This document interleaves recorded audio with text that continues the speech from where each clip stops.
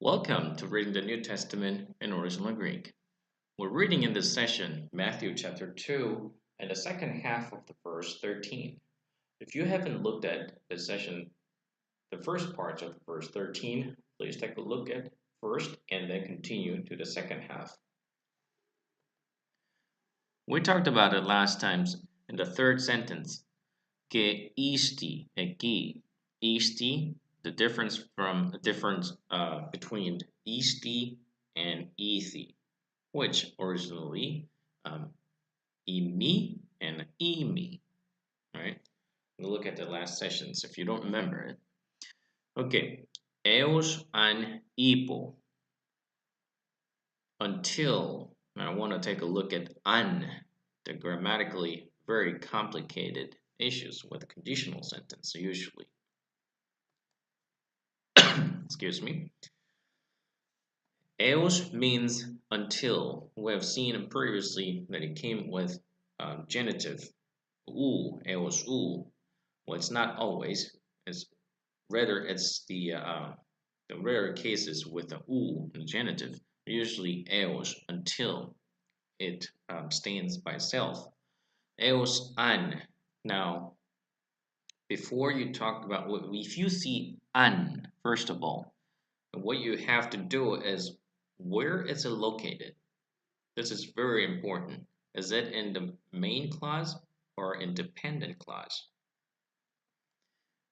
Now, after you divide it, which is the main clause and a dependent clause, the location an, whether it's in the main clause or in a dependent clause, then it's grammatically makes a bit different cases. Now, for example, for our cases, and we're going to look at what's involved in our sentence.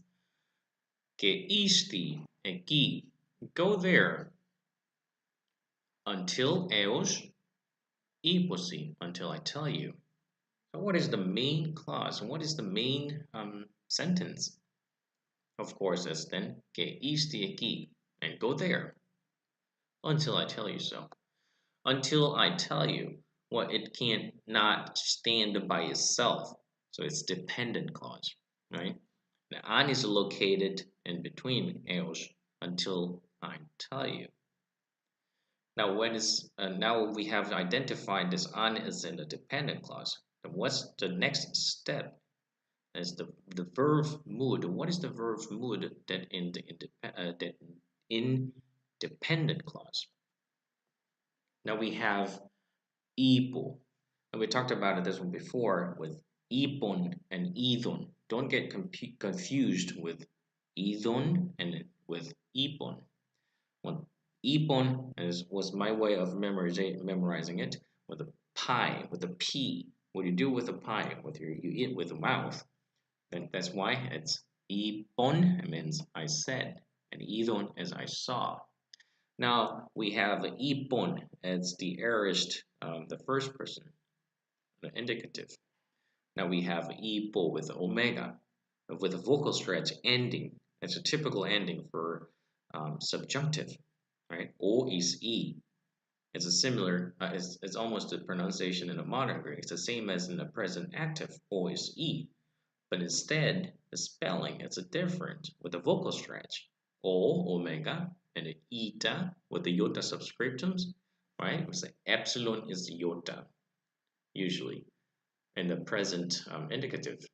But eta as a vocal is stretched to eta, and a iota becomes iota subscriptum underneath.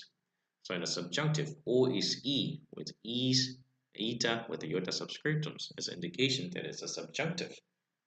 Now we have the subjunctive ipo, I say, I tell. Now we have defined this one as subjunctive. What does it mean? This means this one is giving you the perspective, an aspect. It's called a perspectivus, meaning it's either iterative meaning or eventual meaning, right? An aspect. Iterative aspect is something that's repeating itself, right? The verb is translated as a repetition. So keep doing it, keep telling you, right? Eventualist means eventually it will happen in the sense of future. What is it our case? Eos an hyposi. Now, do not translate an as the grammatical indications that how to translate. Now, in an iterative and eventualist, which one do we need to decide here? Well, usually it depends on the main verb and the main clause. Usually, now we have an imperative, right? It's an order imperative. It could be in an imperative in the sense of order, but prohibiting it. Or do not do it. Do not do something, and do something.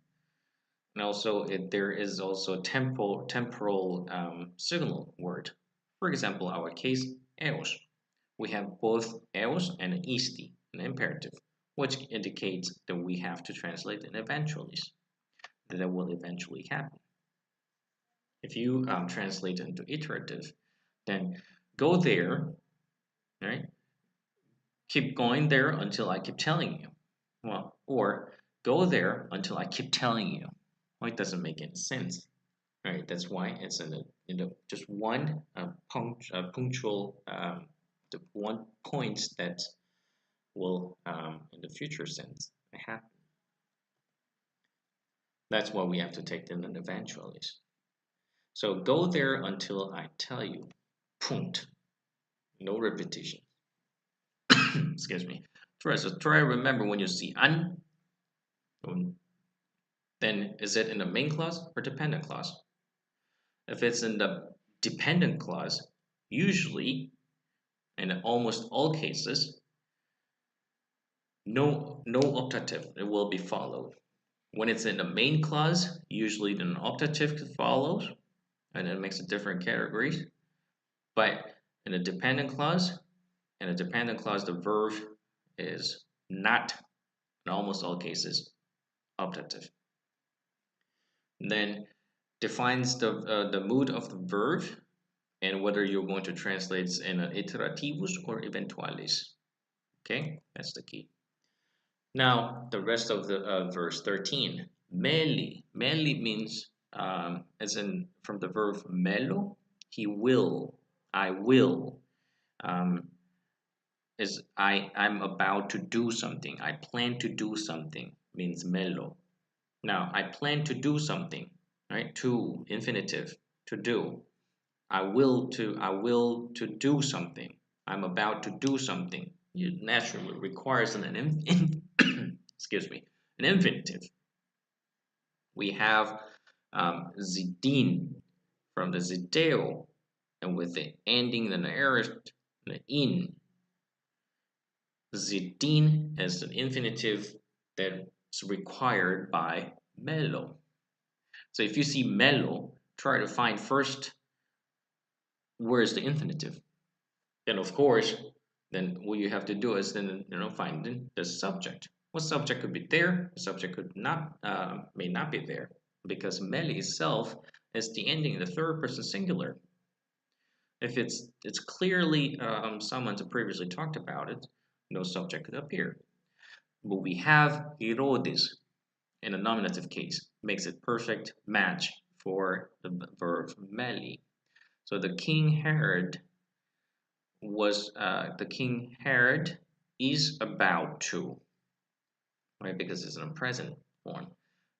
About to as zidin, to search, to look for.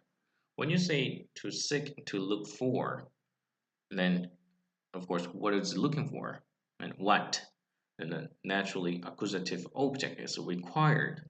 To pedion. That's why to pedion, an accusative, grammatically required by zidin. So look for to pedion. Then zidin, the infinitive, is grammatically connected again to meli. And Herodes is to meli also. God is a positive word meaning for. Because for the King Herod is about to look for the child.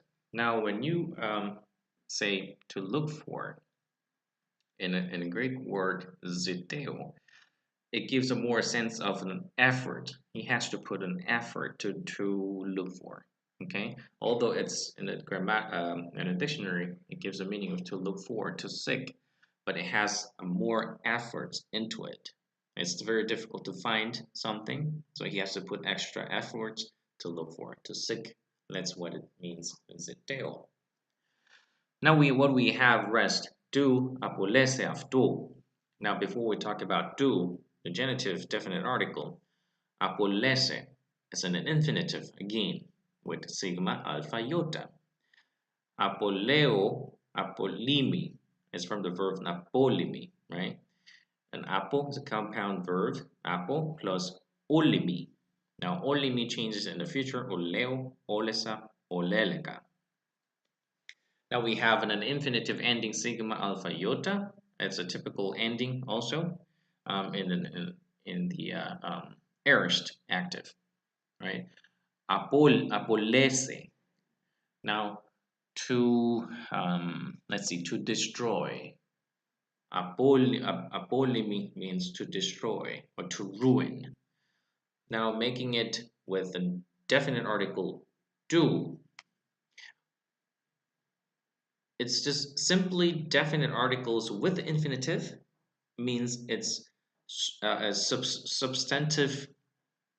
The form is a substantive. Okay, it's a verb with an infinitive, but it's making it as a noun. Like for example, destroy, to destroy, destroying, right? In a sense, when it comes with the do, especially with genitive, to plus infinitive, it means in order to do something. It gives a purpose, with the purpose of the infinite verb. Do apolese, so it becomes in order to destroy, in order to ruin. Well, to destroy what, right? Again, apolese requires another accusative. After this, to apolese after. Okay, this is today's session. So we finished at verse 13. I hope you have enjoyed it.